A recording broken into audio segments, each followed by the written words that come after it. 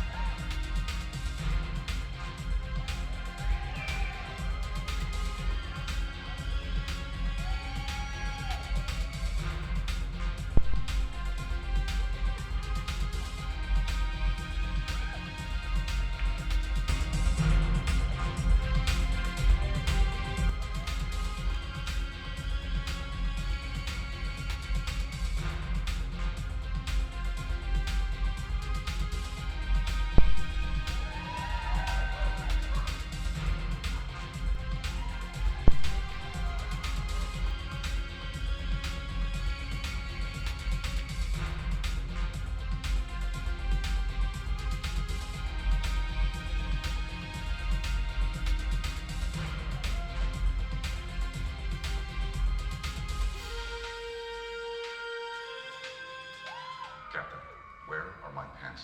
When in Rome.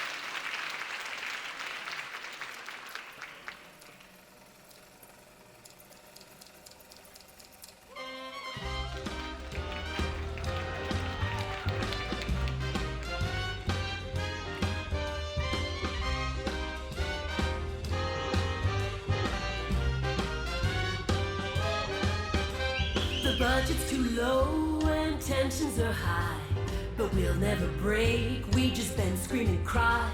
And sure, we get dark thoughts and sometimes wish ill will, but what would it take to drive a costumer to kill? Good question. The costume truck is 6 miles from set. This you will regret. Background holdings up 8 flights of stairs. Please ignore my deathly glares. We're in a poorly lit garage again. I'm starting to consider inflicting pain. None of the actors know their size. Can I at least gouge out a couple of eyes? But I must stay professional, I must never snap. But sometimes it's hard taking all this effing crap.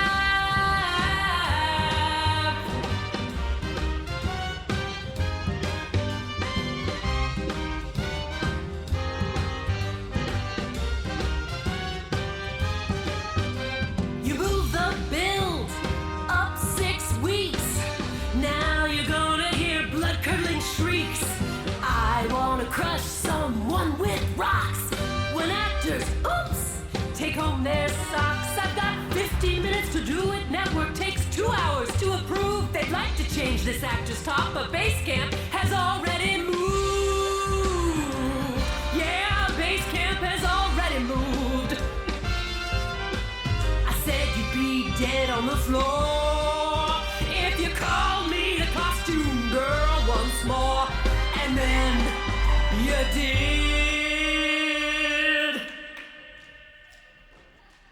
Make it longer, make it shorter, make it blue, make it red, make it subtle, make it bold, surprise me. Okay. You're dead.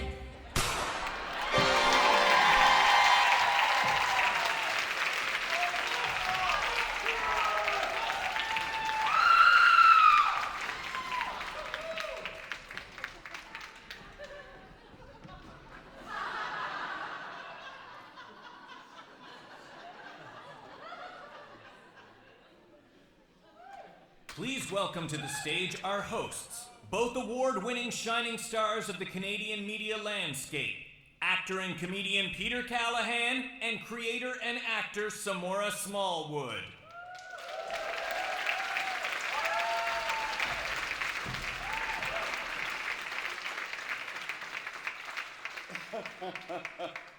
Well, good evening, ladies and gentlemen. Welcome to the 2023 CAFTCAD Awards.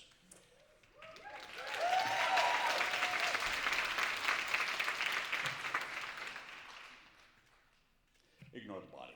Okay, just ignore the body. I mean, who cares about a little murder? Feels surprisingly good to say that. Tonight we're here to celebrate excellence in Canadian costuming and design for film and television, and it gives me great pleasure to invite to the stage my co-host for this evening, Ms. Samora Smallwood.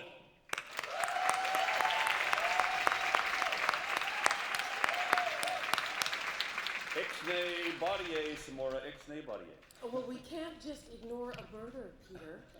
We need to solve it. Yeah, solve a murder and host an award show.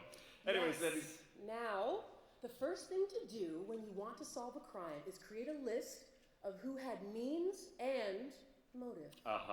Our first presenters tonight are... Then, we need to investigate each person on that list and where they were at the time the crime was committed. Okay. All right, look, the first thing we need to know is who the dead guy was. That was Ronald Aubergine, the writer and director of this year's CAFTCAD Awards. You didn't see him in the lobby before the show, handing out business cards and forcing people to take selfies with him? That was him? Okay, that's the problem. Because, you know, anybody here could be a suspect. I mean, we didn't want to kill that guy. The suit alone was motive. You know, he gave me his card at the urinal. I refused a selfie. Okay, so we'll solve this crime, but Samora, we cannot forget why we are here tonight. You're right, Peter. Tonight is about all of you.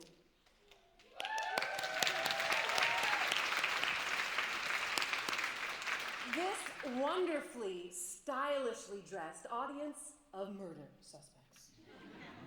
Give yourselves another round of applause.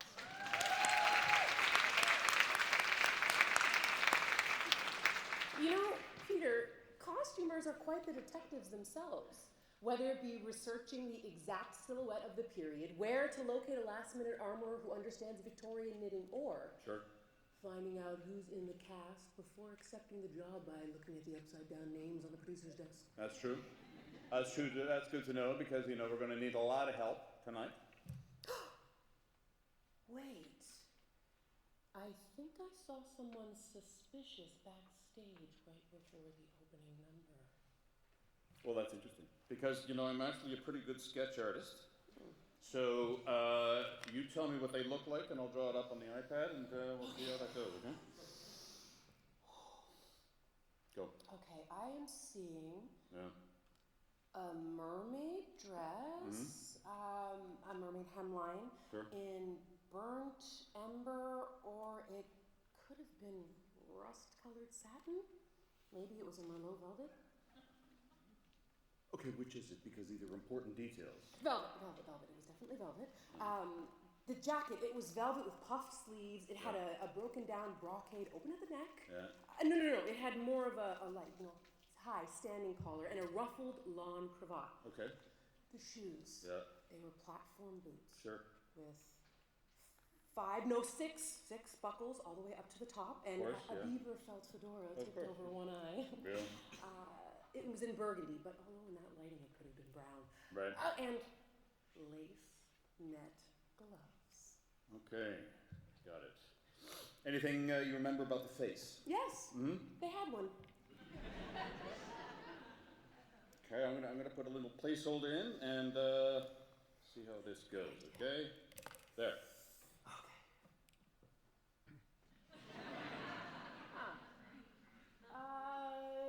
Something is off about the face. Maybe the following nominees would do a better job. The nominees for Excellence in Craft Illustration are Sierra Brennan for Zombies 3. Samantha Washington for Women Talking. Terry Pitts for Ivy and the Beam, Doomed to Dates. Keith Lau for Station 11. And Keith Lau for The Last of Us. And the winner for Excellence in Craft Illustration is...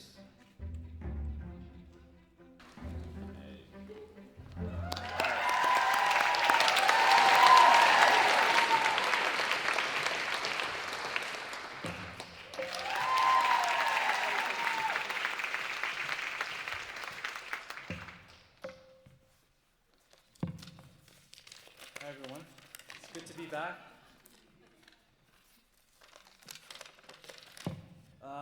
First of all, I'd like to thank CAFTCAD for this tremendous honor, and congratulations to all the nominees. It was a pleasure to bring this novel, Station 11, from Canadian and fellow BC native Emily St. John Mandel to the small screen. Led by HBO and a talented crew with costume designer Helen Hung and assistant costume designer Austin Whitwick. We had an incredible breakdown textile building team led by Tamara Rigby and Sarah Bernstein, and who are nominated tonight. I would like to thank my family, especially my wife, Denise, and my two sons, Ethan and Dylan. Lastly, I wouldn't be here without my mentors that helped me get into the film industry since 1998. I'd like to dedicate this award to late makeup effects artist Bill Terzakis and my high school art teachers Alan Bone and Sandy Thompson.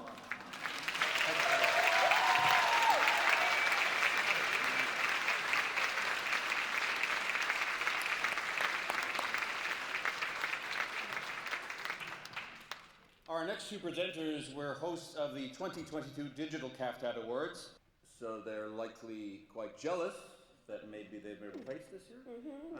And leading them to a murder of aubergine in hopes of ruining the show. So, possible intrinsic fraud. Sure. Please welcome suspects Anand Rajaram and Stephanie Di Domenicantonio.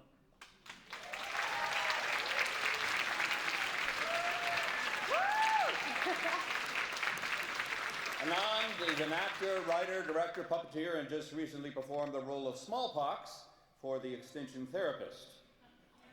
He's 5'10", size 11 shoes or 11 and a half. Depending on the brand.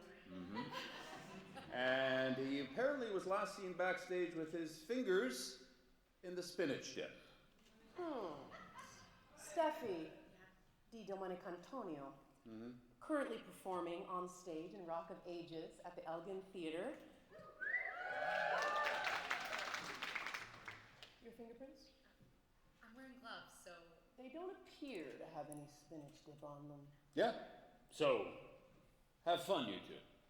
But don't leave town. You know, we did this last year, so maybe you want to take notes. Steffi, would you like to get us started? Anand, actually, I believe you have the list of nominees for this category. No, I don't think I do. Oh, the teleprompter says I do. Okay, yeah. This is killing me. Whoa, okay, those are huge. Wow, okay. Well, you know what they say, big scissors, quick bris. Okay. Yes, I know that. Actually, look at this. They are engraved. Oh yeah, let me see that. Uh-huh. If I find my scissors in your hand, the next place they'll be found is in your heart. Oh, that's so romantic. No, it really isn't. No, it's pretty romantic. No, I don't think so. Why? No. I don't know. It's like, you know? Oh, like, that makes yeah, sense. Yeah. And also, Amin, like, why do you have these? Wait, are you the killer? Oh, yeah, right. Yes, I shot the director with a pair of scissors. Please. I'm sorry. Those scissors fell out of Aubergine's pocket when they dragged his body backstage, and I diligently picked them up, and I thought I'd take them home, but I feel like I'm going to get in trouble. But since you're throwing accusations around, where were you when he was murdered, huh? Oh my gosh, I mean, why would I kill him? It's not like I'm a costume builder, cutter, or stitcher, but I would understand if one of them did do it. Like, if he stole their good scissors, engraved with a death threat to open Amazon packages.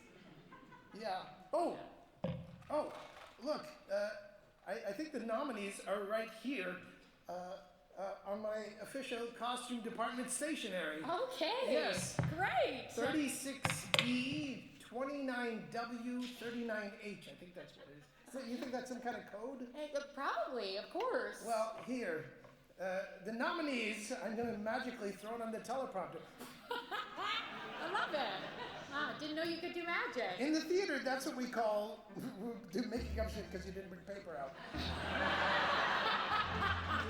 The nominees, it's improvised. And the nominees, oh, that's you. No, it's me. The nominees for excellence in craft building are Roland Heisinger, Julia Osaveljak, and the Handmaid's Season 5 sewing team for The Handmaid's Tale, episode 502. Sue Furlong, Susan Dix, Jeff Hughes, and Olena Fedorenko for Star Trek Strange New World Season 1. Alicia Zvicic, Ashley Januso, Alexandra Mandik for Odd Squad Mobile Season 3. Liz Mastrandrea for The Boys Season 3.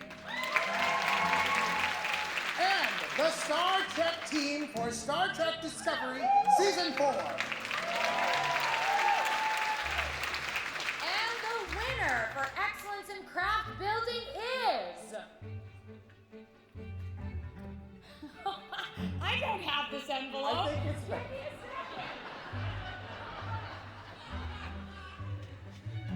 Did I ever tell you about the time I met Laurence Olivier? I bet the suspense is killing you. Okay. No, that was not it. Okay. It's going really well. Great. And let me try that again. And the winner for excellence in crafts building is Sue Furlong, Susan Dix,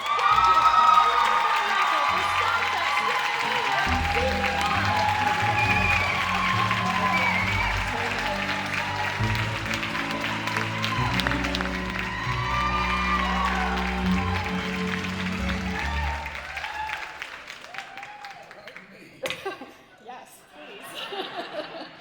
Before I'm the next victim. Thank you so much for this, everybody. I'm a little surprised, actually. It's such a great category, and all of the people that were nominated are friends of mine and amazing talents. Obviously, I'm not the only one who's getting this award, but the only one that's here. Jeff and Elena and Susan and I loved working together on this season. And loved doing this episode. It was the fantasy episode. It was so much fun. So thank you to Bernadette for all of the amazing costumes. They were so much fun to make. And I just want to thank my sewers, Karen, Cindy, Anna, and Ashley.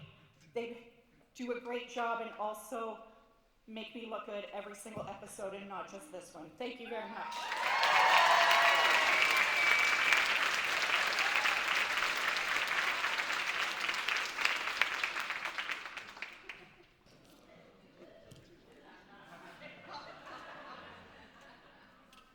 Aha! The fingerprints in burnt umber schmear powder.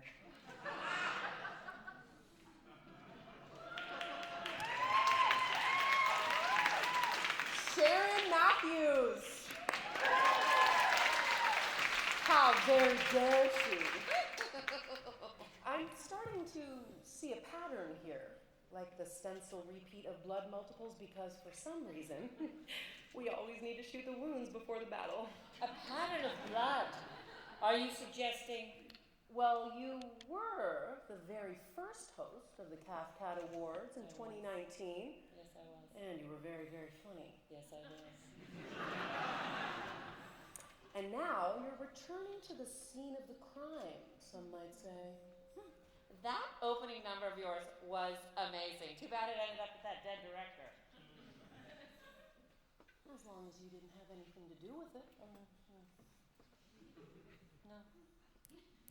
I just have this big magnifying I'm glass. watching you, Matthew. All right.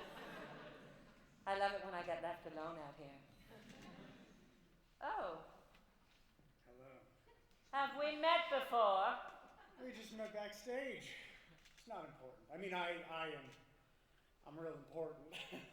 And you're Okay. certainly important. You're the writer and Ah. producer of the Canadian Screen Award nominated web series Mary and Flo, starring in Ruby and the Well, and the Hot Coroner from Frankie Drake Mysteries. Wait a minute. Hey, is that burnt umber breakdown dirt on your burnt sienna suit? What? No, this is just the suit. Maybe it's molten. But nobody uses that red breakdown dirt, am I right? That's breakdown 101. That murder must be new. A seasoned breakdown artist would never use raw umber. I don't know.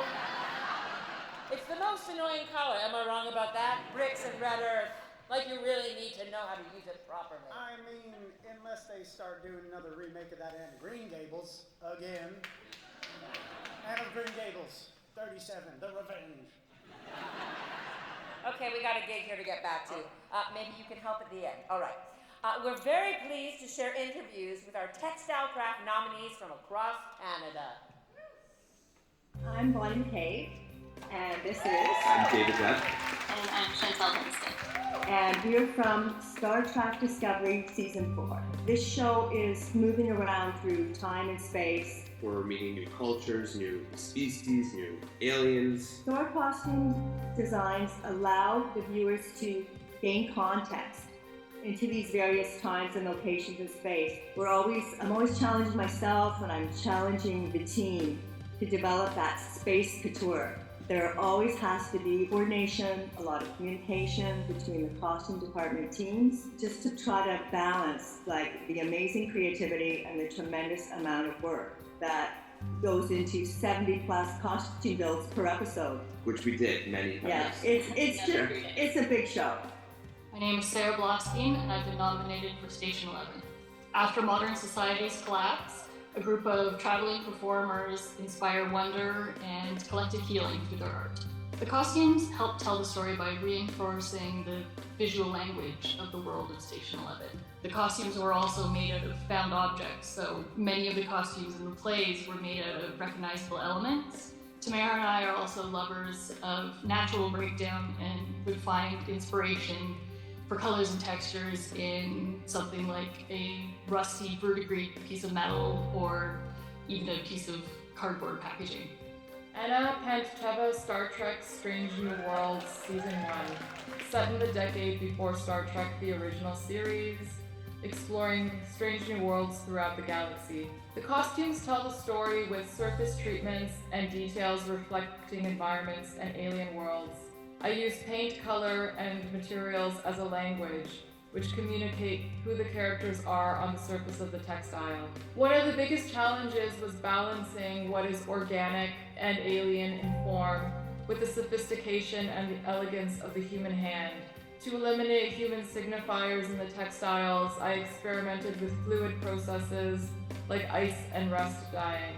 Through experimentation and relentless sampling, there is development and discovery of the character.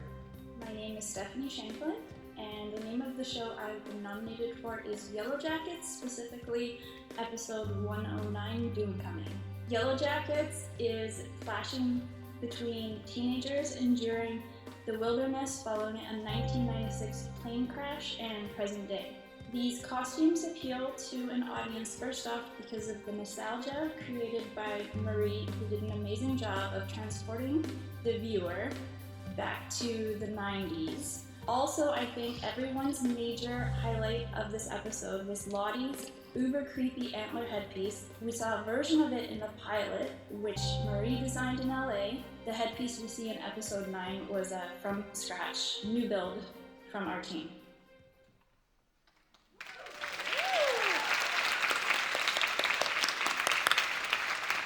Now you have the envelope. All right.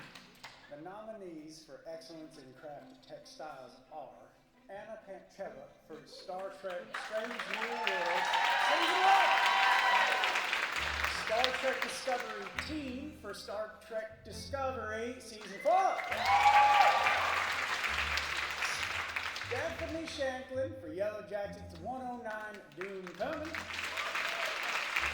Tamara Rigby Funk and Sarah Blostein for Station 11 Episode 2 for 10. Nicely done. And the potential suspect, winner of Excellent in Craft Textiles is, oh my gosh, I love this part, Anna Pancheva. Star Trek Strange New Worlds Season 1.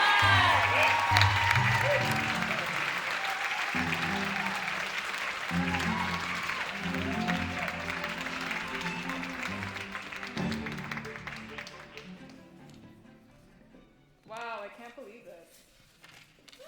Thank you, CAFTCAD. Thank you, everyone that voted. I'm so flattered. Bernadette, it's such a privilege to work with you. The whole textiles team, the crew, every single person touched the costumes in some way. And also just a very special thank you to Trisha Baker. You were so supportive of me early on, and I don't think I'd be here without you. Thank you.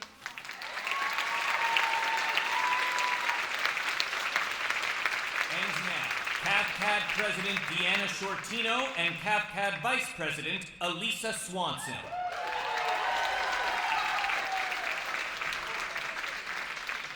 Good evening, everyone. I hope you're enjoying tonight's murder. Show! Oh, yeah, show, not the murder. We'd like to take this opportunity to thank our sponsors who made this evening possible. We'd also like to go on record and say that none of these sponsors are suspects in tonight's unfortunate case. Correct, that is correct. Our copper sponsors, the Costume Collective and Best Way Cleaners.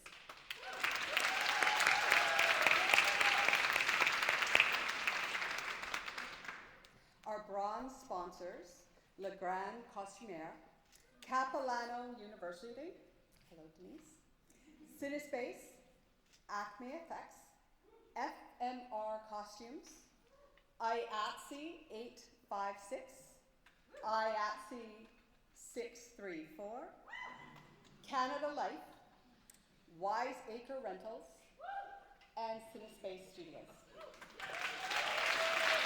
Our silver sponsors, IATSE 212, NABET 700 Uniform, Dufferin Gate Studios.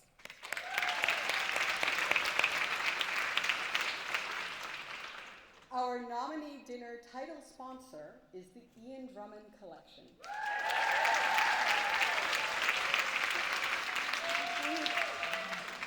Ian has been supporting Canadian and international costume designers for the last 25 years with his incredible vintage costume collection.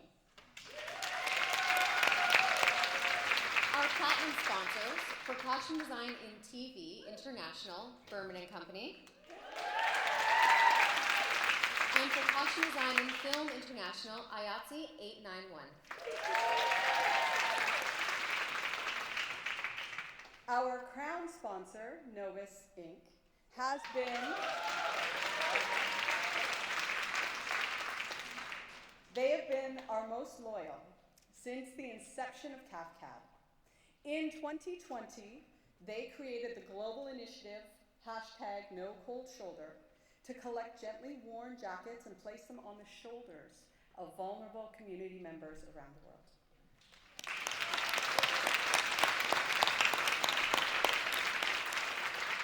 Our pinnacle sponsors, IATSE 873, directly supports our most prolific categories: costume design in TV contemporary, costume design in TV period, and sci-fi.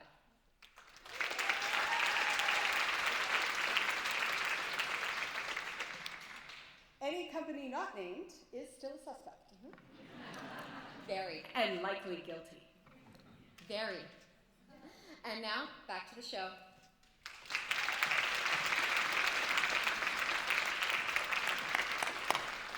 How we doing? Hi again. Folks, I wish I could tell you that we've made an arrest in our investigation, but it is still, as they say, ongoing. But to help us with this case, I procured the assistance of famed CBC radio host and mezzo-soprano Ms. Julie Nasrallah, and if we're lucky, we might just get a costume crime operetta spin-off for tonight. Julie.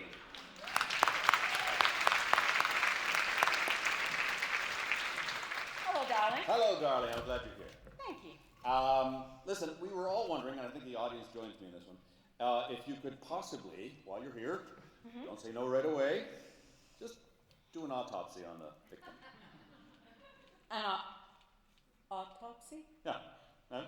Are you bananas? Not a chance in this.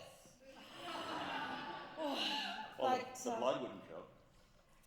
Maybe after the party.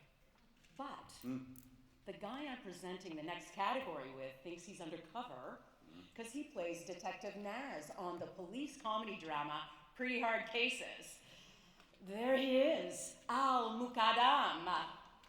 You know,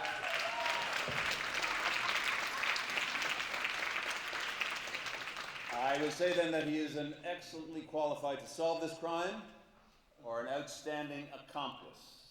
Right. Yeah, so we're presenting the award for special effects costume. You got me thinking. Sorry. Yeah, sometimes. I have a theory. Al? Yeah. Like, what, anyway? It's vintage. Yeah, okay. Go ahead. So, SPFX builders use a lot of chemicals, right? Yeah. And what did that director aubergine die of?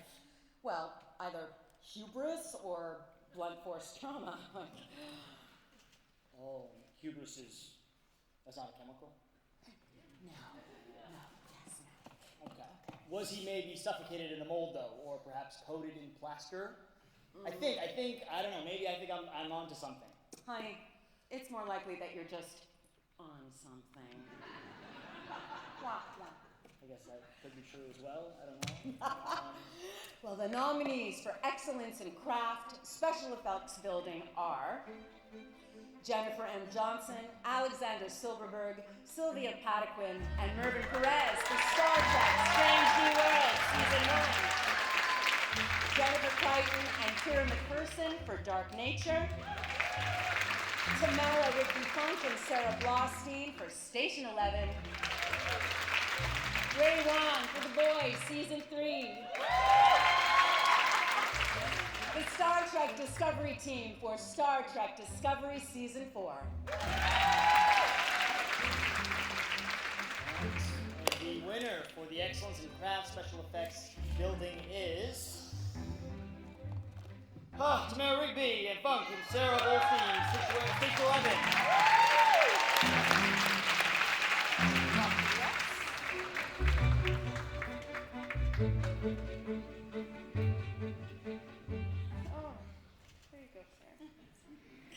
Hello, everyone. Thank you. It's great because I can't see. I can't see the people. Anyway, thank you very much. Of course, Sarah and I would like to thank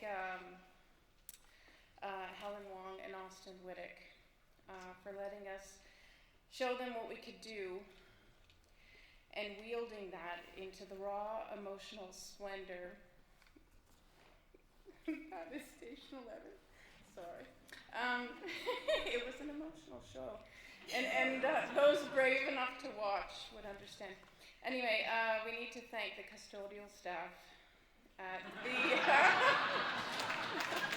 at the International Center, Nova and Denosa, for helping us gather a stock of cardboard packing materials and bubble wrap and things, which actually I think it was 90%. We used at least that. This project did not feel like work. Sarah and I had no trouble working 12 hours a day, and at the end of the day going, this does not feel like work.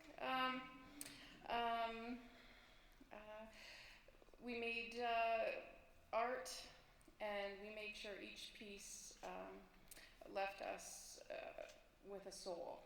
A big thank you to Patrick Somerville for making sure we had everything we needed.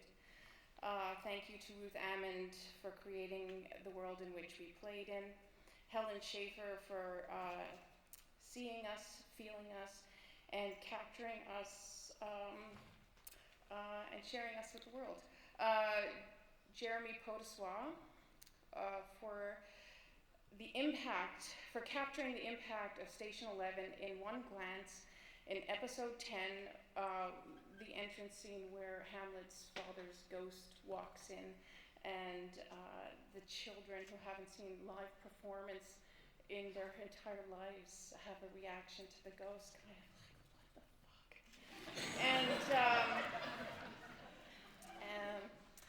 And of course to Emily St. John Mandel, who first told this story without us. She writes, "Survival is insufficient. First, we only want to be seen, but once we're seen, that's not enough anymore.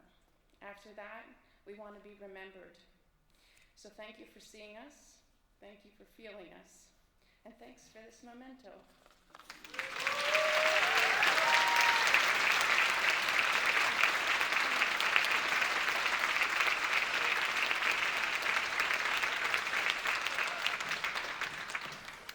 So I wonder if that director got taken out by a short film costume designer. So often they're asked to move mountains for $5 and a dry bagel, and that dead director kind of seemed like the guy who'd renege on the bagel. But don't worry, there will be an IMDb credit, and I'm pretty sure its festival run is going to be amazing. Yet the costume designers in short films still manage to deliver beautiful miracles under extenuating circumstances without killing anyone that we know of. And the nominees for costume design and short film are Tina Tan and team for Never Broken, Joanna Sirocoma and team for Les Fileuses du Destin, Wes Gable for The Ballad of Gus, John Dunnit and team for Eli Roth's Haunted House Trick VR Treat, Susan de Freitas and team for Death and the Mysteries of Raising Powerful Children. And the winner with cause to murder a director for costume design and short film is John Dunnit, Eli Roth's Haunted House Trick versus VR Treat.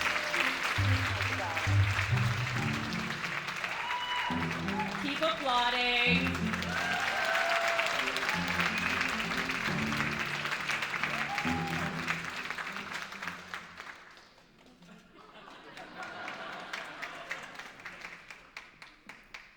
Thank you. This is really special. I'm accepting this award on behalf of the entire costume department of Trick VR Trees. If you've worked with me before, you've probably heard me say a few hundred times that I kind of work under the philosophy that costume design is a team sport, and I feel like this show, more than most, really required such a skilled group of people to come together to pull this off with the timing that we had and the requirements for the project. I'm going to keep this at my house, but it was definitely a group effort. I want to thank Kate and Francine from Green Productions, Andrea, Steve, and Sandy for being such great collaborators on the piece, and Eli for a show that was, for the most part, not sourced from Valley Village. Thank you very much.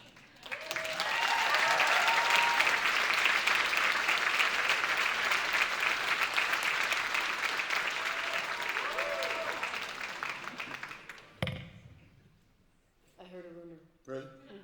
Let's hear it. In the craft truck. Mm-hmm. That for his web series, Mm-hmm. Aubergine changed the episode order from 5 by 10 minutes Good Lord. to 7 by 20. Seriously? While simultaneously mixing all the costume designs and the locations established in prep. Heck, I'd kill him for that. Really? Mm-hmm. But I didn't. Okay. You all saw I was here singing, and you can't sing and stab at the same time. I'd kill him for that. But did you? No, of course not. Come on, web series are hard enough without throwing that kind of wrench into the works. But, anyway, I would like to screen the evidence of what our talented nominees went through to work miracles and enhance storyline, but contributing character designs that bring these shows to life. My name's Melissa Bessie, and I've been nominated for Season 2 of Chateau Laurier, the web series. The show is a historical piece that's been called a cross between Downtown Abbey and Bridgerton. The costumes helped tell the story in several different ways. You could really tell where a character was at societally, whether they came from high society or maybe didn't have as much money, based on how they dressed. Definitely the biggest challenge of this show that we had to overcome was being in pre-production during the height of COVID. Stores were closed. Many, even costume houses were closed, especially for historical costumes go-tos, just were not available. It was both a challenge, but also very inspiring to see that in the end, we did it. We did it well, and you can't tell by watching the show that we had any of those constraints. So to me, in the end, that was also really inspiring. My name is Iyab Desalegn, and I've been nominated for Slow Pitch Season 2, Sloppy Seconds. It's all about beers, queers, and softball. The story revolves around a baseball team, so I was very lucky enough to incorporate very specific looks to each team to give them a character to distinguish the difference in their class, where they stand in the game, how serious they are. I was able to, give each character a unique sense of style, bring them to life. I would like to think they're funny, they're a little campy, and they're not stuffy. Homeschooled is a coming-of-age comedy told from the perspective of two best friends. To tell this story, I worked with a color palette that was bright and youthful and optimistic, and I wanted the clothing to feel fresh, but still also kind of nostalgic. Wes Anderson was a huge reference, which I think is pretty obvious if you watch the show. And the thing that I love most about his movies is the singularity of each character stylistically. I wanted each one of the characters to feel unique, like the best version of what we all wish that we could have worn in high school. My name is Charlene Akiama, and I'm Avocado Toast 2 is a comedy exploring the comforts and awkwardness of sex and life. So the way that the costumes helped tell the story in season 2 was that they had to feel updated. They had to feel real for some of the characters and forced for others. So Molly was trying to start a new life in England, change her aesthetic, change her fashion, but we needed it to look unnatural and kind of forced and awkward. So I played a lot with bright colors, cool brands and patterns that would normally work on street style icons, but not necessarily work for a school teacher. All of this while still staying within a web series budget.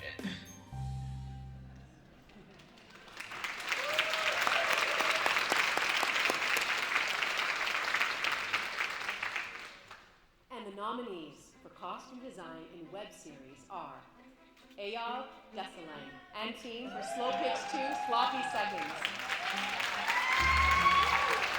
Charlene Akamua and team for Avocado Toast 201 with a side of coming home fries.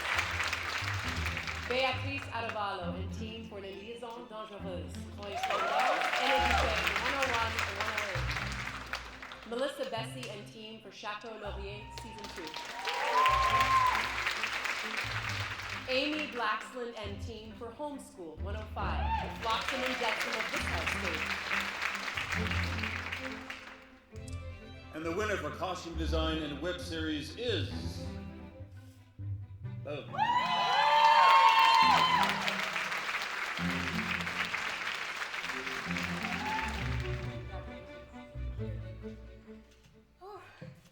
Well, I'm a little bit nervous. I would like to thank CAFTCAD for the nomination, the opportunity, Théâtre Français de Toronto, Karine, for this opportunity to create magic with this team that was so talented. We had a theater budget, and during COVID, we just decided to film it. And it's such a special project where women takes parts of this very sexist story and makes it very powerful.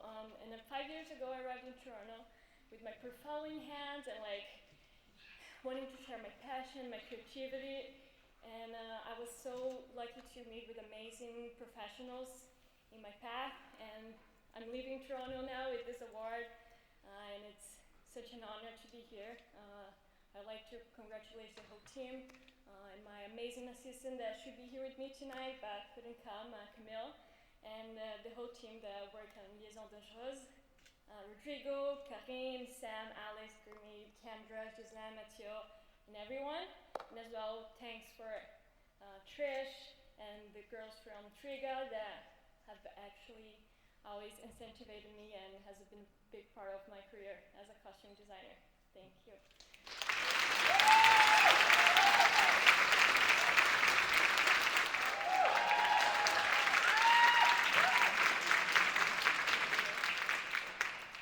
I'm Joanna, chair of the CAFTCAD Awards. I spend all year long thinking about this night. I think about who we're going to get to host and what are they going to wear. What size logos for the program? Do we get to have dancers and mustaches again? Link downloads, fonts, and what are we going to get them to wear? And admittedly, I spend an inordinate amount of time figuring out what I'm going to wear. But what I'm really doing is thinking all year long about you, all in the audience tonight. I stalk you on Instagram. I fall through IMDb rabbit holes. I rifle through your on-hold racks at the costume houses. I get contraband union lists from my national informants. Don't tell anyone. I slide into your DMs because I want your show, your work, your vision, and your creations to be celebrated and recognized with your peers tonight here at the Canadian Costume Design and Arts Awards.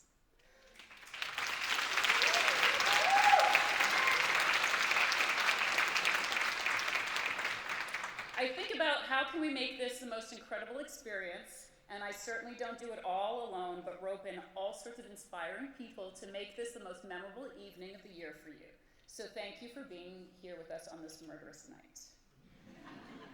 Now the thank yous. I'd like to thank Ronald Aubergine, the director, but since he's dead, rest in peace.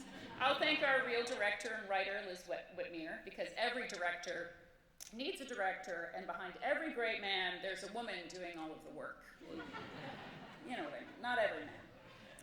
Tessa Hall, Clara Noraha, and Emma Seaport from CAFTCAD, the supportive executive board, Liza Gallardo, our event coordinator, vice chairs from BC, Rafaela Rabinovich, and from Calgary, Ralami Nisha, for providing different points of view, display coordinator, Clark Stanley, our jury members from the fashion, art, production community, who had the challenge of choosing the official nominees from all of the amazing submissions, all of the enthusiastic volunteers who joined this passion project to make this happen for you, and to all of the many mentors who came before to create CAFTCAD since our first meeting in 2006, all the previous directors and volunteers since our first CAFTCAD Awards in 2019, We're stronger because of this community that we've created, and I'm always first to say it's because of CAFTCAD. So, I always make a joke that those of us who've been in here long enough are going to get a CAFTCAD tattoo, so I got one, and you can all get one afterwards. You can all get one afterwards at the party, so thank you for being here. Thank you.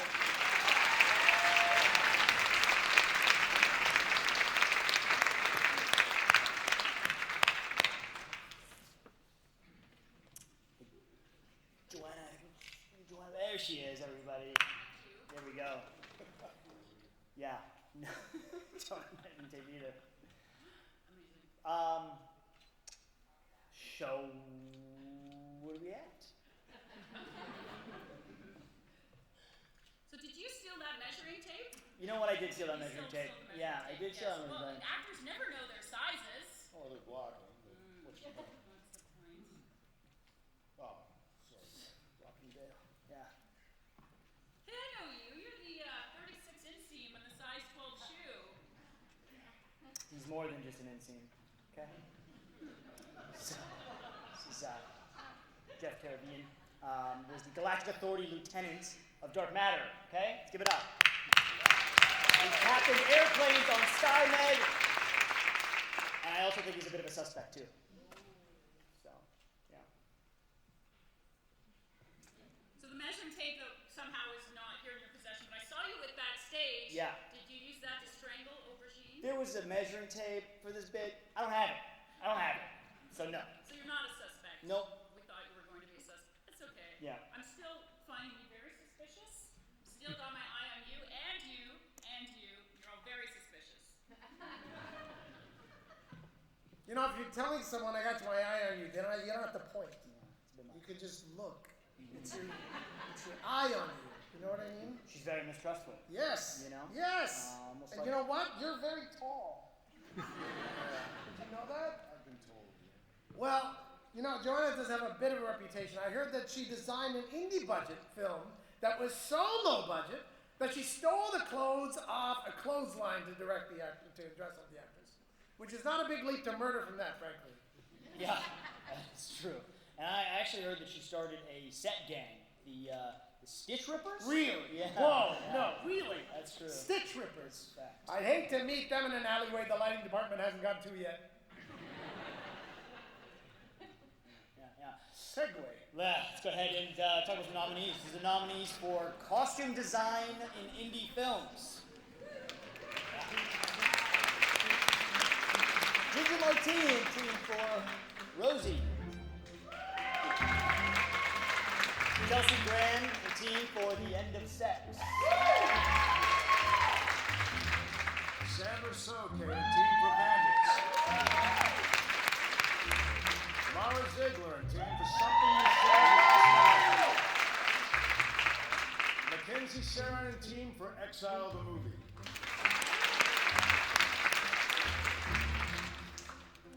And the winner for costume design in indie film is... My hosting was better last year, right? Between us. The winner for costume design in indie feature is Ginger Martini and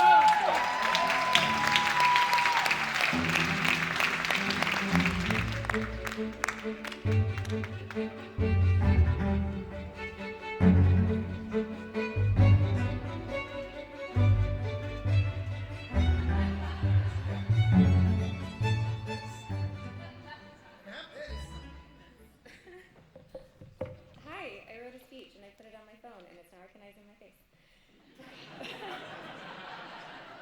Hi, thank you CAFTCAD. It's been a while since I had done an indie film, and then it was a pandemic and we shot a bunch in Hamilton and it was really hot. But honestly, Rosie was the perfect reminder of why I love costumes so much. We were a small team. Liam was on set, Teresa was on track, and neither of them had worked in film before.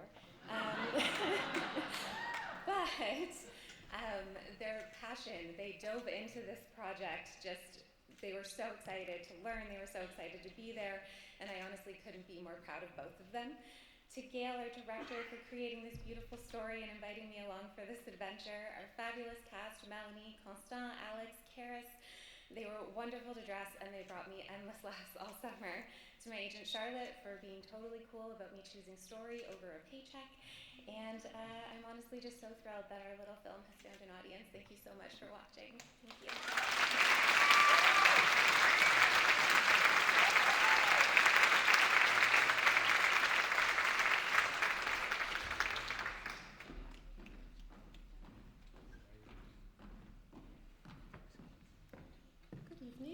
Good evening. It is an honor to introduce our dear friend and esteemed colleague, Louise Jobin, tonight. Multiple generations of designers, seamstresses, dressers, pattern cutters, costumers, you get the point, owe her greatly. During her career, she was a veritable dynamo, often taking on several large projects at once, as well as teaching at the National Theatre School and mentoring young designers on their career path. In her leisure time, she became one of the very first union representatives for artists in Quebec, where she strived tirelessly to improve the conditions of everyone in her profession. You know, just for some fun on the side. To say that Louise is generous with her time is an understatement. She's a constant source of knowledge and support for us at Le Grand Costumier, a non-profit of which she is a founding member. Those fortunate enough to have worked with Louise know that she is unfailingly kind, funny, and refreshingly direct. As she likes to say, j'haïs pas ça, I don't hate it. But she is a yes and type of person, always committed to finding the best solution for the character, even in that desperate hour of last minute changes or unexpected curveball that are so often thrown at us in our profession. While working with such an icon could be intimidating, she is the type of down-to-earth person that doesn't scream, I have a Gemini Award in my office. Her contributions to the next generation and to the future of our industry have been monumental, and we are deeply grateful. Merci, Louise.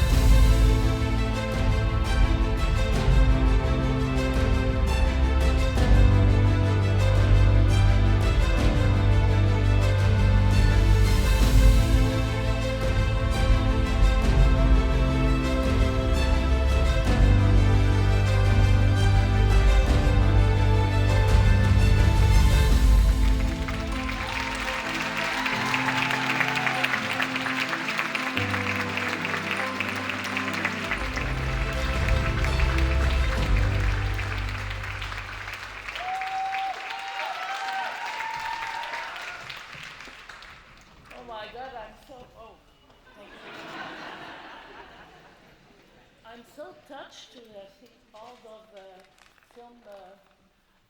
I didn't know you will go and get that. I don't know. Okay. Oops. Okay. I'm deeply honored to have been selected this year by CAFTCAD for their prestigious Icon Award. I come after 4 talented and dedicated artists. I want to thank the CAFTCAD who chose me, and Nobis, the sponsor of this award since already 5 years. I want also to thank the Grand Costumier who submitted my name. Also, I want to thank Karen Beverly, who wrote my bio that you may maybe have read. She made a deep research. I don't know how she did all that, and I had a very fun and long conversation with her on the phone. I believe she really understood who I am and where I come from. I think that CAFTCAD, bringing together all the trades of costumes for the screen, small or large, had a wonderful and brilliant idea. As a designer, I know that we are only as good as our team is. We need their expertise and experience to bring our vision to life. Choosing the right persons to do the job and making sure we will have fun together through those long hours of work is the key. Through the last 55 years, I saw a lot of changes. The color Polaroid, the photocopy machine, the fax machine, the overlock machine, the cell phone, the internet, the electronic photos, and so on. But one thing still stays the same. Designing costumes starts from the script. It is by reading the script thoroughly that we discover the characters, their background, their evolution, their social rank, and the period they live in. From there, we have to start to visualize them with an appropriate guideline. Then we can propose our vision to the director, and if it works, communicate it to our team. In my teens, I had no idea what I wanted to do in my life. I loved history and read a lot. The Scarlet Pimpernel and the French Revolution inspired me enough to try to reproduce a Duchess costume on a small doll with an acceptable result. But I knew I wanted to serve and be useful. I even thought of being a missionary. I found that you did not have to be a nun to be it anymore. I was very lucky to meet at 19 a gang of artists, still amateur at the time, who introduced me to the craft of theater. Among them, André Brassard, who later became director of the National Arts Center French section, and Michel Tremblay, who is still my very dear friend. The rest is history. I stopped working on production since a while, but I am proud to still teach our craft to my students at the National Theatre School for the last 30 years and to coach them in some of their productions. And I'm so glad to act as a consultant at the Grand Costumier since its opening. Sharing with them my passion for costume is pure happiness. I can say that my main goal over all the years was mainly to be useful and relevant, to serve my community, my projects, to bring to life the characters of each story, to make my crew content and the actors happy and secure. I can say that at the end, I really achieved my teenager's dream. Thank you.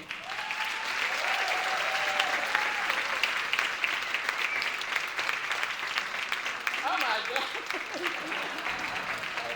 Okay, I'm all right. Thank you.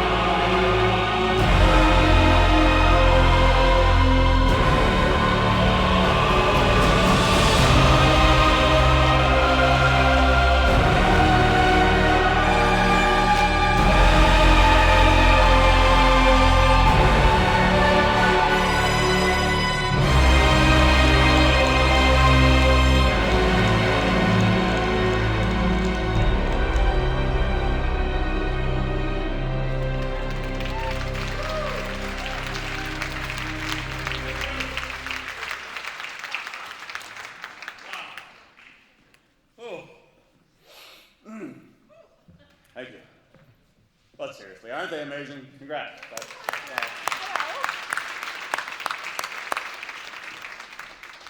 You know, it's an awful mess out here, you know, with all this caution tape and detective slash dancers. I mean, it's harder to find clues while dancing, I gotta say. It is, but the dancing really lightens the mood. That is true. But at least we now have a prime suspect. Because here's the thing. I heard from a stagehand who heard from a lighting gal who heard from Anand, who was in the back with his hand on the spinach dip again. Who's the suspect? Joanna Siricomi. Oh yeah. Oh yeah. Apparently she knows quite a lot about how to dress murder victims. That's so weird. Mm-hmm. Do you think she's capable of such a thing? Oh yeah. Feeling so conflicted about this. Oh, well, just like this category, which is costume design and TV contemporary. With the overwhelming demand for modern stories, the most popular genre has our costume design teams working overtime to create strong, relatable, or thought-provoking looks for today's characters. Splitting the category into West Coast and East Coast, with Alberta dividing the West and Manitoba on the East. The nominees for costume design in TV Contemporary West are Tracy Bolton and team for Motherland, Fort Salem 310 Revolution Cartoon. Alisa Swanson and team for Firefly Lane 203 I'm Coming Out. Rebecca Sorensen Kjelstrup and team for Riverdale 601 Welcome to Riverdale. Caroline Cranstoun and team for Snowpiercer 302 The Last to Go. Rafaela Rabinowitz and team for The Imperfects 101 Softhogs Children. And the winner for costume design in TV Contemporary West is...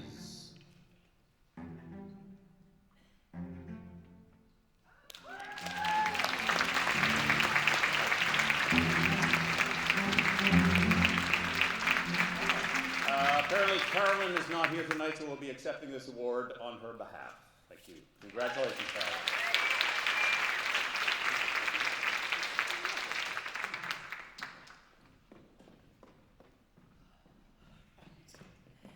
Guys, I found a clue.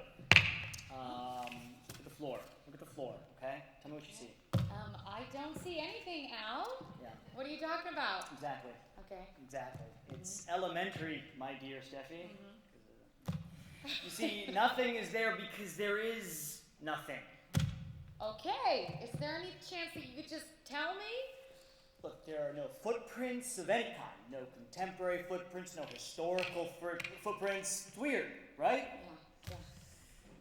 There was a dance performance right here, okay? The victim died during the dance. There should be footprints all over the place. Okay, well, they probably got wiped away when he was dragged away, right? Did they drag him off in a figure eight like they do with the McDonald's floors? No, they did not, okay? I really think I'm onto something here. Okay, well, the nominees for Costume Design TV Contemporary East are Leslie Kavanaugh and team for The Handmaid's Tale 502 The Ballet. Michael Brown and team for The Boys 306 Kilo Gasm. Louis Sequeira and team for Cabinet of Curiosities 104 The Outside. Christopher Conkanon and team for The Umbrella Academy 301 Mean Family. Crystal Sylvan and team for Sort of 202 Sort of Together. And the winner for costume design in TV I didn't forget the envelope. Contemporary East is Louise Sequeira, Cabinet of Curiosities 104 The Outside.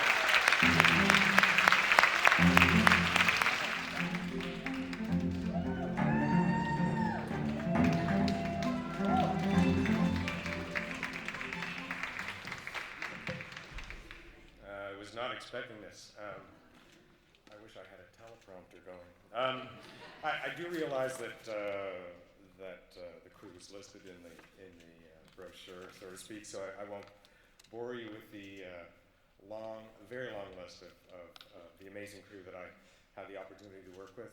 on this project. I would like to thank Anna Lily Amapour, the director, who really pushed us to create a new genre of horror with color and extravagance, which was in the 8 stories that we produced, 7 of which were completely dark and dreary. This was kind of an aquarium, which was amazing. I would not be here without my incredible team that were able to go from one period to another every month as we traverse these very diverse stories. And I also wouldn't be here without Anne Steele, my assistant, who I think we had about 3 weekends in 10 months off. We just worked every weekend pushing this big Megillah through. So thank you to CAFTCAD, thank you to each of you, and it's amazing. Thanks.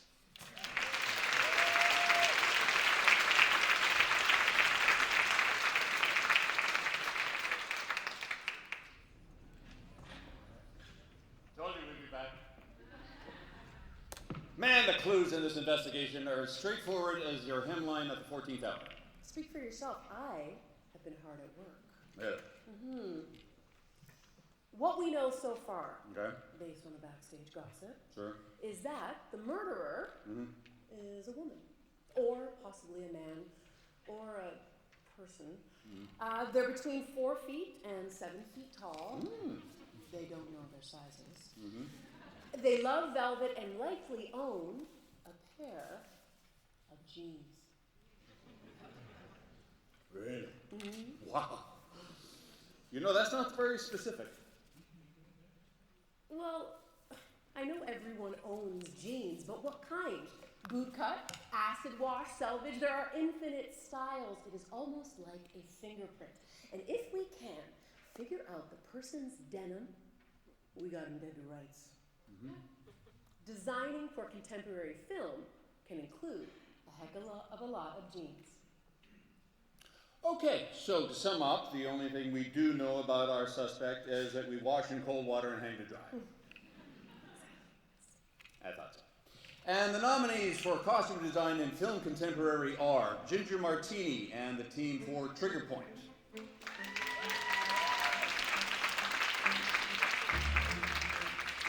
Laura DeLuca and the team for Violent Night.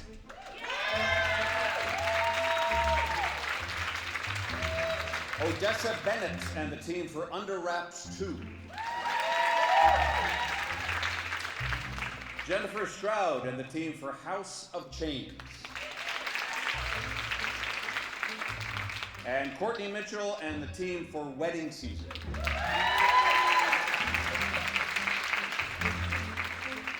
And the winner for costume design in film contemporary is...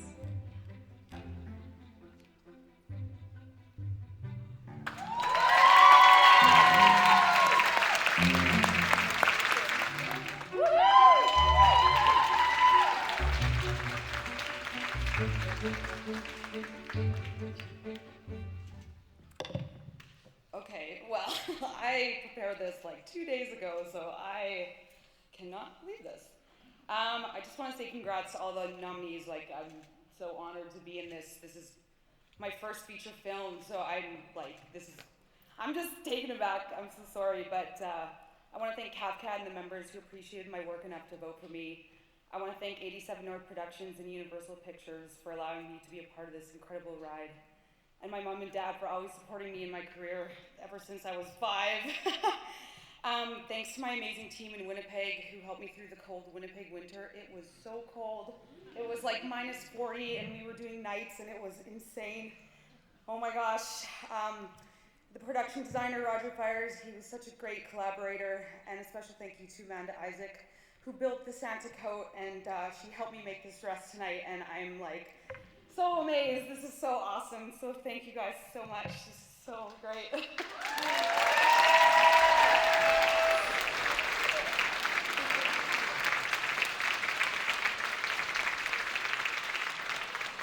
And now we welcome to the stage CAFTCAD Executive Board Member and West Coast Costume Designer, Farnaz Kaki Sadig.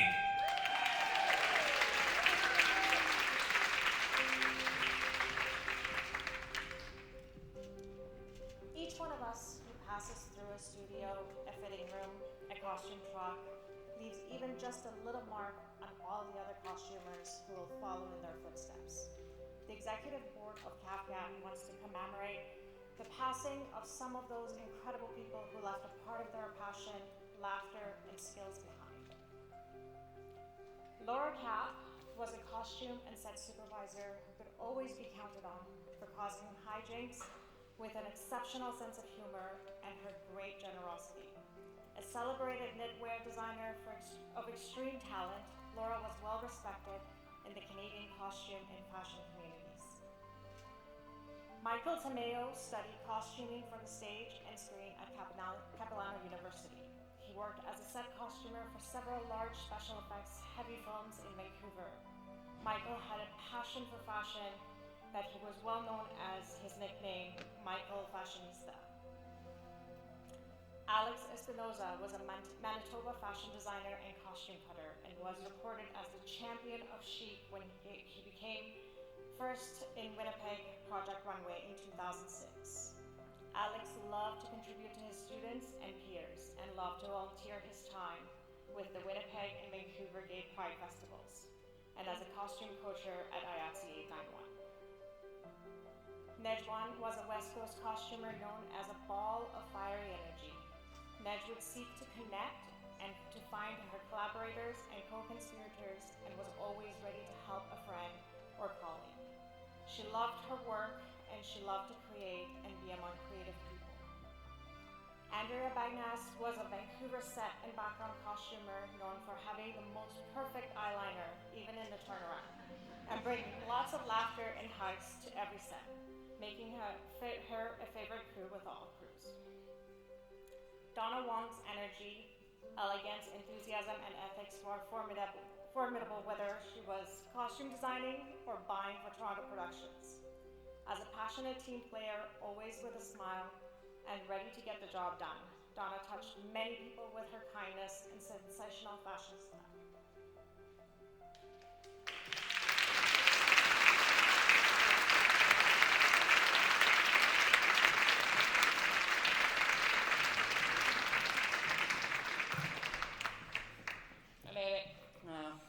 Fabulous shoes. Thank you. Yes.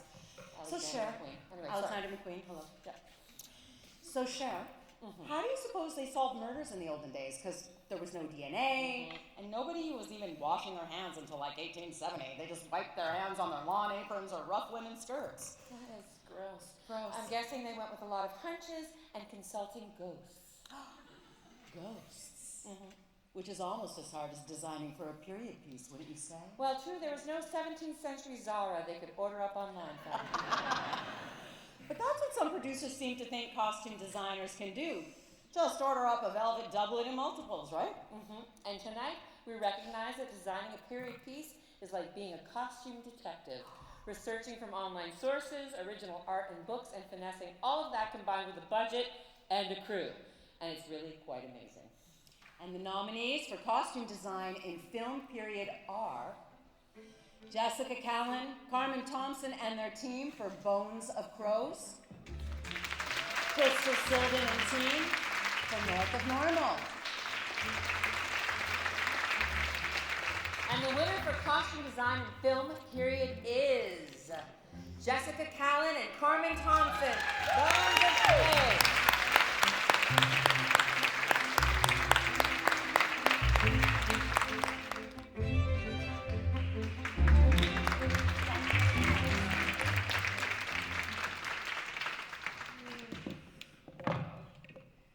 Well, first of all, thank you, CAFTCAD, for the show and being nominated. We're extremely honored to win this award. As we all know, working in historical filming, you have to be on point.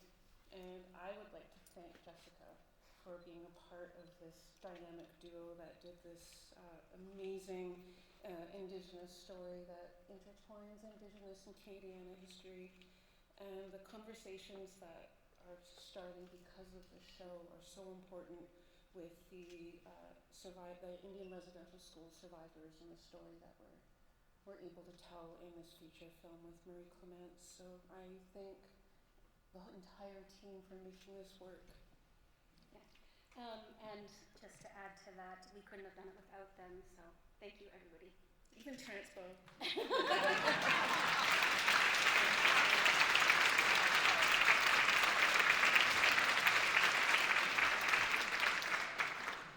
There have been some very creative expressions of my name tonight.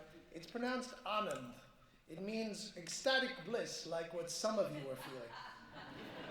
A handful.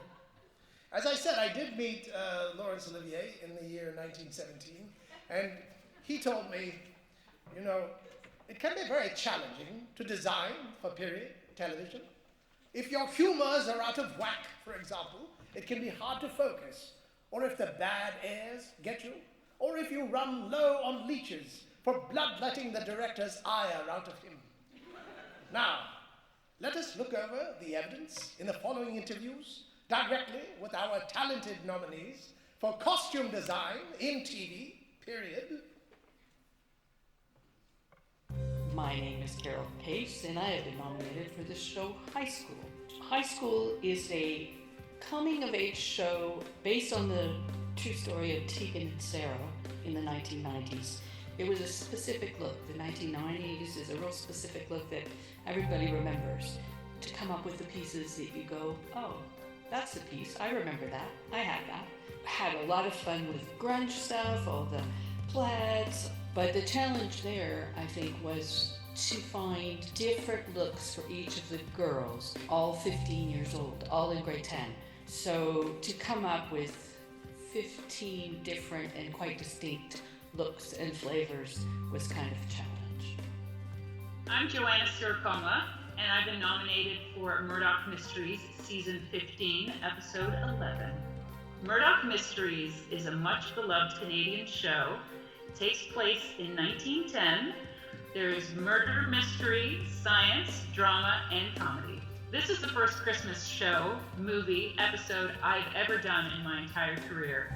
So I wanted to make sure that the costumes evoked that holiday spirit and the coziness of being out in the winter. We were inspired by fur and cozy wool and beautiful knits. People find the costumes of Murdoch Mysteries very appealing because it takes them to a nostalgic time. So when you have the right costume, it brings the actor into the scene, it brings the feeling of the time period into the scene, and it really helps tell the story.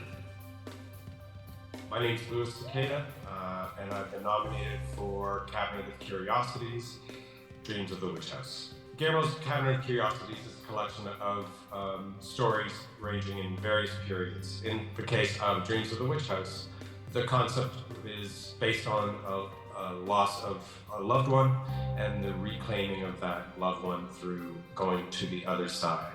We were in the early teens and again in the late 20s. What was interesting about the late 20s was that the director wanted to incorporate lots of color and pattern, which would not be necessarily indicative of that period. So it was a fun exercise. The added appeal to this episode was the witch. Originally, she was going to be all CG, and we were then held to the task of producing this costume. So we incorporated sculptors to sculpt every last branch of her costume and worked on the fabrication to appear like bark. The aging was incredible, and it was actually a work of art, which was really exciting to bring to life. My name is Carol Case, and I've been nominated for the show Billy the Kid. Billy the Kid is the story of the life of Billy the Kid, a famous adventurer in the West. For Billy the Kid, the important part was trying to bring to life the reality of all the different cities in the Southwest that he spent time in, and making each character definite without losing our Western flavor. So this challenge from Billy the Kid was the size and the scope of the show. The first season is a bit of a road show. Every town is a new town. So we were having to process hundreds of extras in a week, and each one with a different look. So all of that really made it quite a challenging show, although it's a great fun show to do a period like that.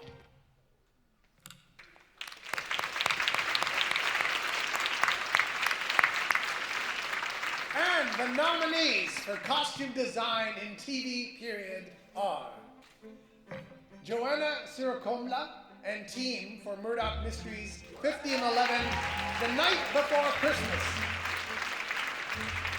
Heather Neal and team for The Porter 104. Carol Case and team for Billy the Kid 105, A Little Bit of Paradise. Carol Case and team for High School. And Luis Sequeira and team for Cabinet of Curiosities 106, Dreams in the Witch House. And the winner for costume design in TV period is Luis Sequeira, Cabinet of Curiosities 106, Dreams in the Witch House.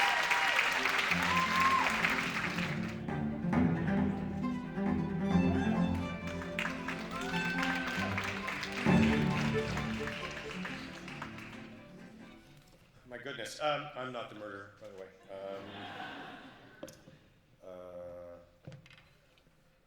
This episode was really an incredible exercise in creating this whole time period, and really the witch costume was remarkable.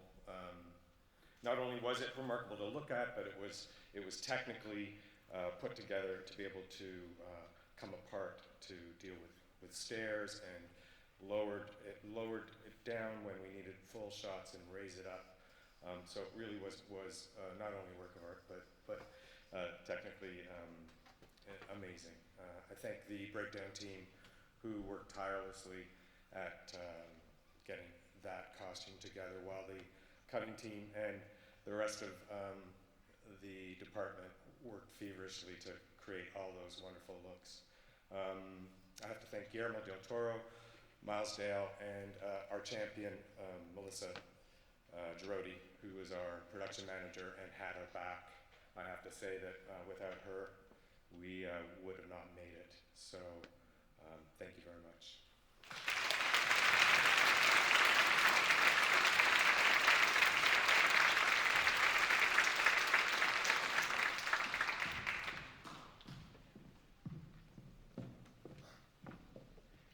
It's so wild to live in 2023. I mean, we basically live in the future.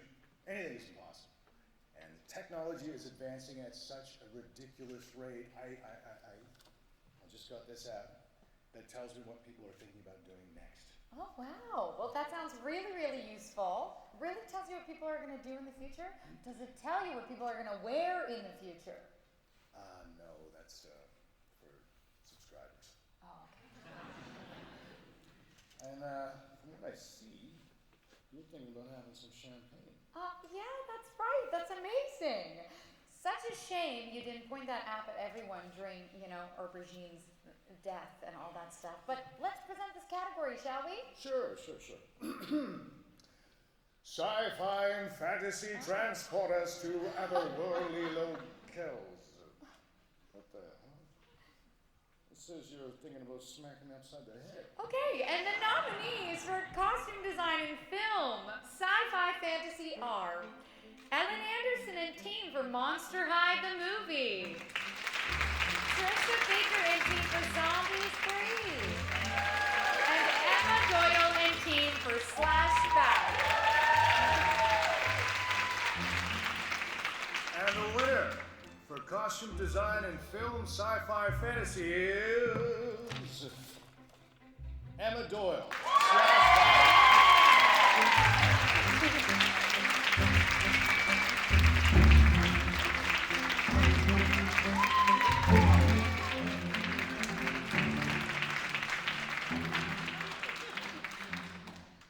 Wow. I'm glad I wore flat shoes.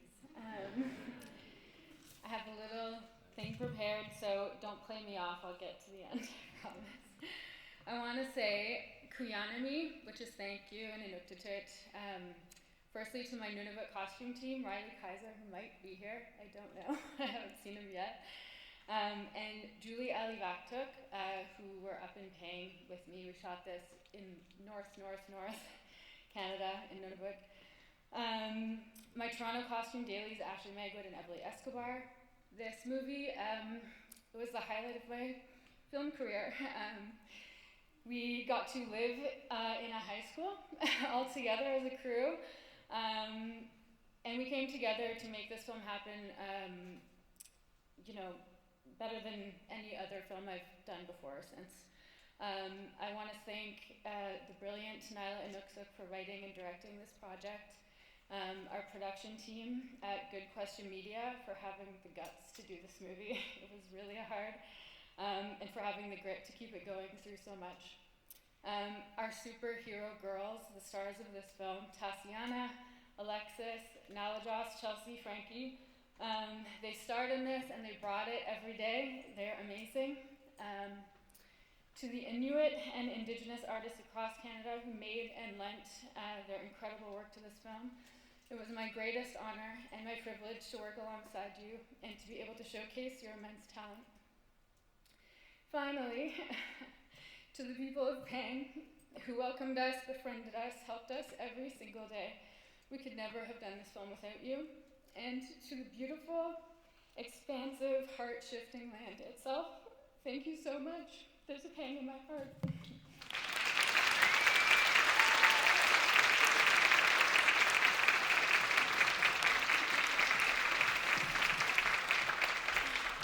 You know what, Jeff? I bet that app doesn't tell you that I watch a lot of sci-fi fantasy TV. You know, being in different worlds with fantasy locales in the future. Is that not too bad? Okay, thank you. And being able to figure out what these characters wear in alternative worlds. And we as Canadians make some of the very best. Come on, you know it. Yeah. Right? Right? Yeah. And the nominees for costume design and TV side fantasy are Bernadette Croft, the team for Star Trek, Strange New Worlds 108, The Elysian Kingdom. Caroline Cranston and team for Snowpiercer 301, Tortoise in the Hair. Joanne Hansen and team for The Expanse 605, Why We Fight. Laura Montgomery and team for What We Do in the Shadows, 406 The Wedding. And Joyce Schur and team for Titans 309 Goals. And the winner for costume design in TV sci-fi fantasy is Bernadette Croft.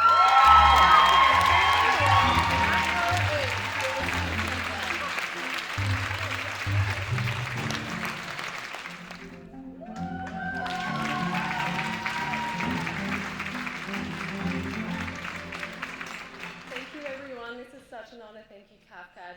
I want to dedicate this to the entire Strange New Worlds costume crew.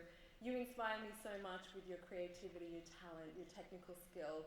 I wouldn't be here without Karen Lee, our supervisor, who built our costume department from the ground up, and my amazing ACDs. Emily Jasper, Heather English, and Sarah Goodwin, thank you so much. They bring my designs to life. Give it up for ACDs, they're incredible.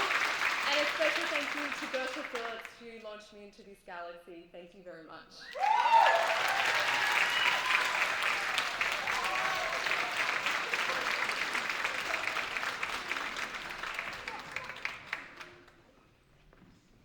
Told you we'd be back.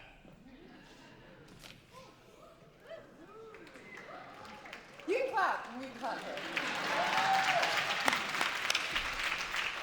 A little something extra one. Perhaps the reason our esteemed winners of the International Costume Design Awards left our country and fled to Atlanta, Cape Town, Gainesville, and KwaZulu-Natal was to avoid suspicion of murder? Ooh. Did they have to travel in disguise? No, they probably just had to mask the Roots logo on their sweaters. Right. But it is their incredible design sensibilities that communicate that they are some of the very best costume design talents that we have here in Canada. When an executive at Fox and the producer of Elvis calls you to take over a huge country show starring Susan Sarandon, and they tell you to make it now, bring the modern and edgy, do what you do, you do not say no, you say yes.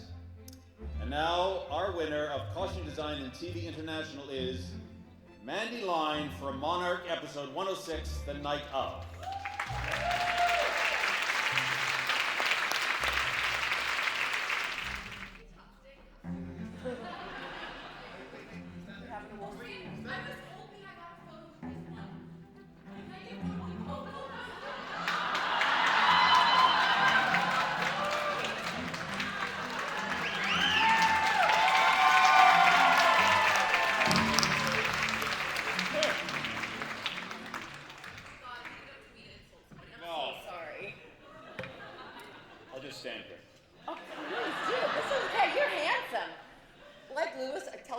What I need right now.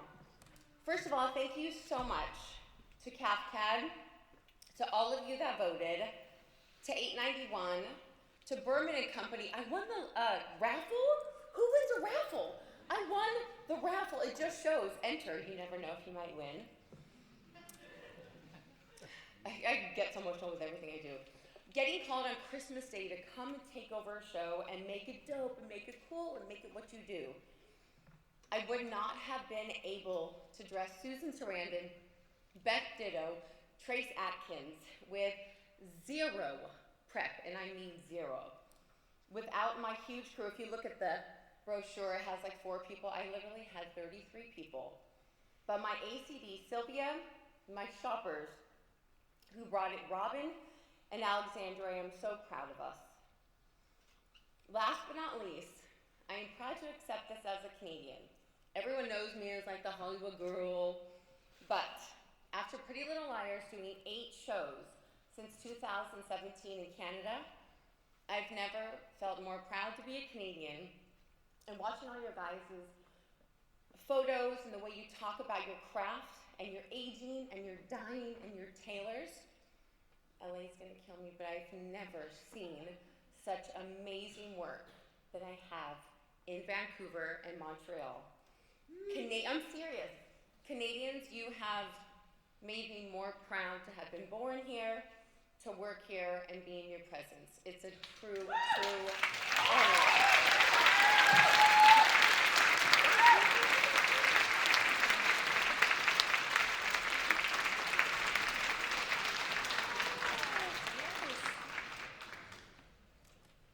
Gersha Phillips drew upon... That's another good one to clap for. Gersha Phillips drew upon African tradition while creating outfits for the female warriors in 1823 in one of the wealthiest kingdoms in West Africa. Gersha had to consider functionality for the elaborate action choreography while maintaining absolute authenticity with very little historical references. The costumes entailed huge teams of artisans with experts in indigo block printing, metallic embroideries, custom woven fabrics, and the threading of cowrie shells throughout, as these would be royally bestowed gifts upon the warriors. Things can come from anywhere, says Gersha, and this is proven by a robe for royalty made out of an Ethiopian bedsheet. And the winner for Costume Design and Film International is Gersha Phillips for The Woman King.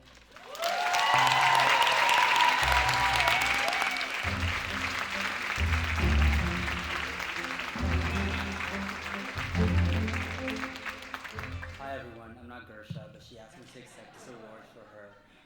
She didn't take me to Africa with her, so I don't know why she asked me to accept the award. But I'm sure she thanks Tova, Carly, her amazing team, and everyone in her family and support system. And yeah, Gersha's the shit.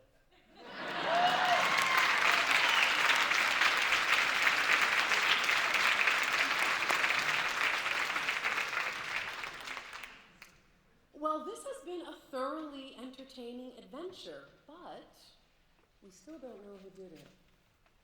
You see, Samora, maybe this is why detectives don't typically work during a live award show. Well, the show must go on, Peter, and there's no better place to tie up those loose threads than in a room full of costumers. Okay, here's what we know. The outfit the killer was wearing. They may have been very short or very tall. Oh, for the love of God. Who would hide in plain sight? The Nobis Award winner. It's the most obvious, least obvious place to hide. You think Louise Jobin? Well, arrest arrest her. Get out here. Or not. There was a queue there, but you know. The Nobis Award winner. That is the most obvious and least obvious place to hide. Arrest her. Arrest her! Bang! Wait! Wait! Wait. The non-throngs of police coming to arrest her. We cannot arrest her until after the champagne toast. Makes sense. We're not animals. Absolutely not. And now that I think about it, there was a total lack of evidence on the floor where the victim fell. True, but we're only halfway through the show. Absence, and there wasn't even a spot of blood. Wait a minute. You saying what I think you're saying? Well, that depends. What do you think I'm saying? Quick, I'll use that app. You're thinking there's a buffet upstairs, and your suit is chafing? True. But what am I thinking now? You think he faked his own death? Okay. Well, that explains everything, doesn't it? The messy clues, the lack of cohesive story, the total absence of logic or plot.